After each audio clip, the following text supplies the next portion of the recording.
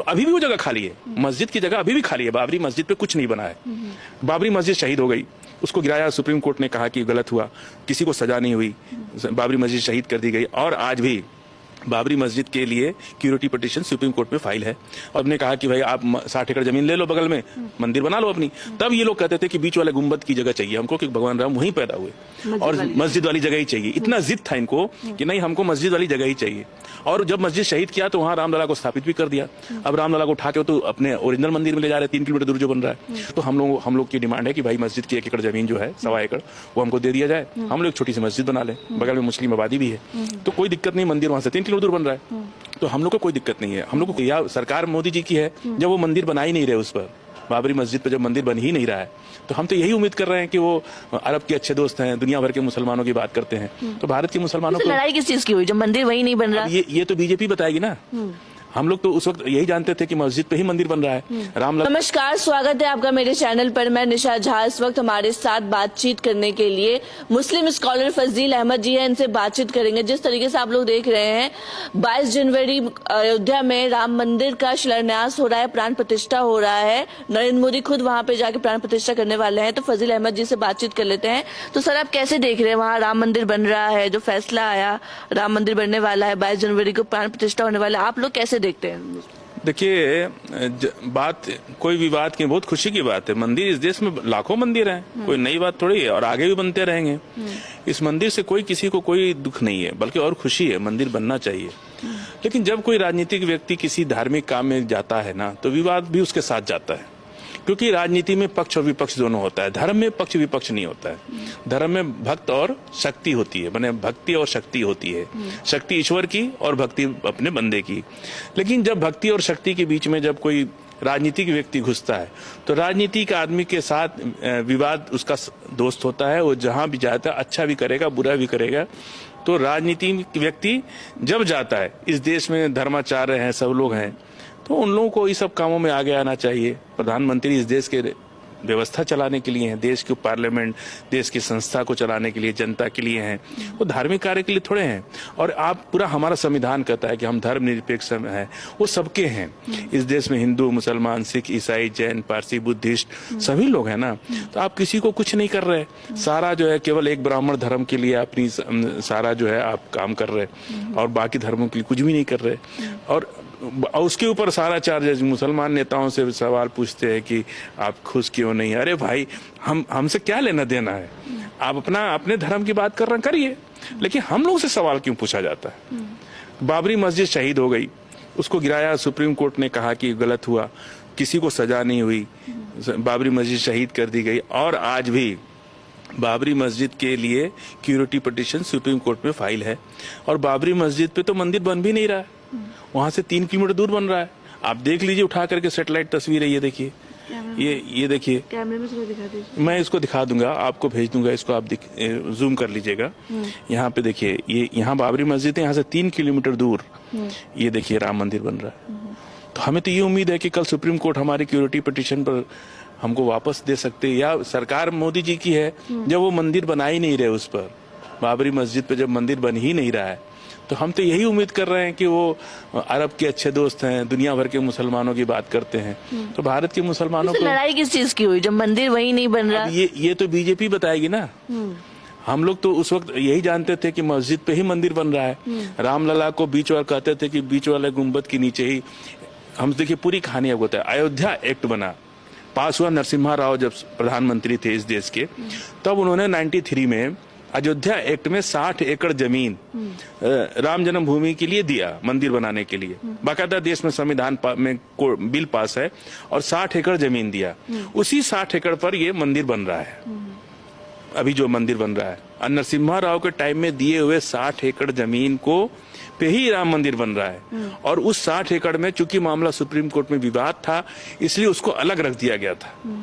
तो बाद में सुप्रीम कोर्ट ने भी ये दे दिया। और जब मस्जिद शहीद हुआ, उस वक्त इन लोगों ने रात को आनंद फानन में कहा कि हमको, तब नरसिम्हा राव के समय चंद्रशेखर जी थे, सारे लोग थे, अटल बिहारी वाजपेयी जी थे, सबने कहा कि भाई आप 60 एकड़ जमीन ले लो, बगल में मंदिर बना लो अपनी। तब ये लोग कहते थे कि बीच वाले गुंबद की जगह चाहिए हमको, कि भगवान राम वहीं पैदा हुए और मस्जिद वाली जगह ही चाहिए। इतना जिद था इनको कि नहीं, हमको मस्जिद वाली जगह ही चाहिए। और जब मस्जिद शहीद किया तो वहां रामलला को स्थापित भी कर दिया। अब रामलला को उठा के तो अपने ओरिजिनल मंदिर में ले जा रहे हैं, 3 किलोमीटर दूर जो बन रहा है। तो अभी भी वो जगह खाली है, मस्जिद की जगह अभी भी खाली है। बाबरी मस्जिद पे कुछ नहीं बना है। तो हम ये उम्मीद करते हैं कि अदालत से भी उम्मीद करते हैं और सरकार से भी उम्मीद करते हैं कि जब आप मस्जिद पे मंदिर नहीं बना रहे, अब वो जगह मस्जिद क्यों गिराया गया जब वहां नहीं? अब ये तो सवाल पुराने लोग देंगे। पहले हम लोग तो इस जनरेशन के हैं, हम लोग तो 2023 में जी रहे। घटना तो 1991-89 से पहले से भी शुरू चली जा रही है।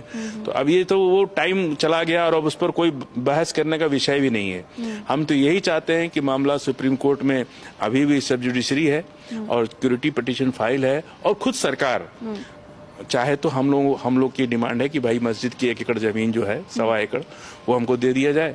हम लोग एक छोटी सी मस्जिद बना लें, बगल में मुस्लिम आबादी भी है, तो कोई दिक्कत नहीं। मंदिर वहां से 3 किलोमीटर दूर बन रहा है, तो हम लोग को कोई दिक्कत नहीं है। हम लोग को खुशी है राम मंदिर बन रहा है, कोई इसमें आपत्ति हम नहीं कर रहे। लेकिन सर कई लोग ये भी कहते हैं कि राम मंदिर बनने से विपक्ष को बहुत दिक्कत है। फिर आगे ना बात, विपक्ष से क्यों मतलब है? जब राजनीतिक व्यक्ति कोई काम करता है तो मैं कहा ना कि विरोध भी उसके साथ जाता है, क्योंकि राजनीति में विरोध का स्पेस देन होता है। राजनीति में होता है विरोध का, विपक्ष का मतलब होता है। भाई आप क्यों ये बात बोलते हो कि विपक्ष को तकलीफ? आप जो भी करेंगे उसका उल्टा विपक्ष करेगा। अगर कांग्रेस कल शिलान्यास कराया था राम मंदिर का, तो क्या बीजेपी ने विरोध नहीं किया था? ये 60 एकड़ जमीन जब दे रही थी नरसिम्हा राव सरकार ने, तब इन्होंने विरोध नहीं किया था क्या? तब भी विरोध किया था। तब कहा था कि देश को 40 साल में कितने दंगे, कितने हजारों लोग मारे गए, कितने दंगे हुए इस देश के अंदर, कितना देश का नुकसान हुआ। आप समझ सकते हैं कि कितना नुकसान हुआ इस देश का। तो जब उस टाइम जब मामला 1993 में ही इसका फैसला हो गया और 60 एकड़ जमीन नरसिम्हा राव ने दे दिया, और आज उसी पे आप मंदिर बना रहे। फिर इतने साल से आपने विवाद किया, इतना देश में दंगा, इतनी सरकारें बनी बिगड़ी। तो जब भी कोई राजनीतिक आदमी मंदिर बनाएगा, मस्जिद बनाएगा, तो विवाद भी उसके साथ जाएगा, क्योंकि राजनीति का विवाद से दोस्ती होता है। लेकिन सर जो तमाम संत समाज है, चाहे वो जगत गुरु शुभ्राचार्य हो, वो कह रहे हैं कि नरेंद्र मोदी की वजह से ही राम मंदिर बन रहा है, नरेंद्र मोदी के कारण ही मंदिर बना। समरथ के नहीं दोष गोसाई, तुलसीदास जी कहे ना इस देश में कि समरथ के नहीं दोष गोसाई। सुप्रीम कोर्ट ने तो ऑर्डर किया ना, राम मंदिर तो पब्लिक के पैसा से बन रहा है। तो क्या हम कह सकते हैं, अगर हम यही बात हम भी कहते हैं कि जज साहब, जो गोगोई जज साहब थे, उनको अपनी राज्यसभा इसीलिए बना दिया कि उन्होंने फैसला आपके पक्ष में दिया, तो ये लोग बुरा मान जाते हैं। दोनों बात तो यही कह रहे हैं ना कि इन्होंने बना दिया। अरे इसीलिए हम कहते हैं कि आपने फैसले को प्रभावित किया राज्यसभा दे करके, तो ये लोग बुरा मान जाते हैं। क्या सुप्रीम कोर्ट को प्रभावित किया आपने? अगर आप ये बात बोल रहे तो हम इस फैसले को कह सकते हैं ना कि आपने फैसले को प्रभावित किया अपने सरकार के बल पर, और इसीलिए उस जज साहब को आपने राज्यसभा भेज दिया। ये बात तो ठीक नहीं है। कहने को समरथ के नहीं दोस्त, वो पावर में है, सभी को पावर चाहिए, बड़े बड़े मठ हैं इनके, चीजें इनकी चलती रहती हैं, तो ये लोग उनके खिलाफ नहीं जा सकते। और अपना आइडियोलॉजिकल भी ये जुड़े हुए हैं बीजेपी के साथ। जितने भी हमारे धर्मगुरु है, हिंदू धर्मगुरु, चाहे बाबा हैं, चाहे मठाधीश लोग हैं, चाहे महामंडलेश्वर, जो लोग भी हैं, वो बीजेपी से, चूंकि उनका जातिगत संबंध है, उनकी फेवरेट पार्टी है, तो वो लोग बोल सकते हैं कि।